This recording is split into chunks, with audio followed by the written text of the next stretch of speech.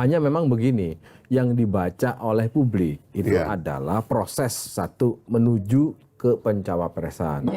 Kenapa ada proses di MK misalnya yang Iya makanya, nah ini soal lain kan, kita bahas nanti soal MK. Itu kan artinya bagaimana bisa seperti yang disampaikan Bang Fahri bahwa ini logikanya logika satu untuk rekonsiliasi, logika untuk menyatukan, logika dan sebagainya.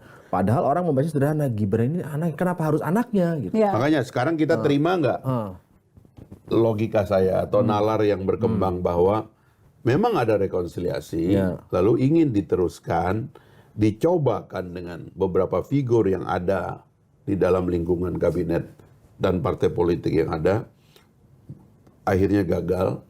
Lalu di pembicaraan berikutnya koalisi besar ini, lalu siapa? Lalu muncul nama-nama orang kan, si ini ditolak, si ini ditolak, si ini ditolak oleh partai ini menolak si ini dan sebagainya gitu. Termasuk Erick Thohir ditolak. Harus ada jalan keluar ya, Erick Thohir ditolak dan sebagainya. Harus ada jalan keluar kan? Sambil jalan nama Gibran tidak masuk karena orang tahu umurnya tidak cukup.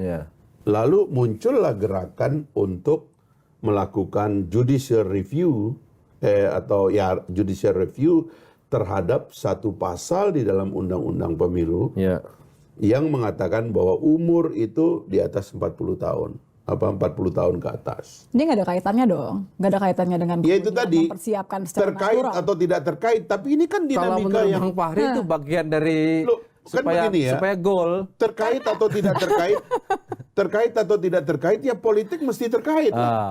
Kan nggak mungkin tidak terkait. Maksudnya Nitya, gerakan untuk melakukan judicial review itu bagian dari perencanaan untuk menggolkan Gibran. Ya, maksud saya. Kita bisa akui, bisa juga tidak kita akui, tapi tidak mungkin tidak diakui. Tapi semua itu adalah, tapi itu itu adalah proses yang legal. Masalahnya kan ini kan nggak ada yang salah, nggak ada yang pernah bilang salah. Betul. Kayak kita sensi aja sebenarnya.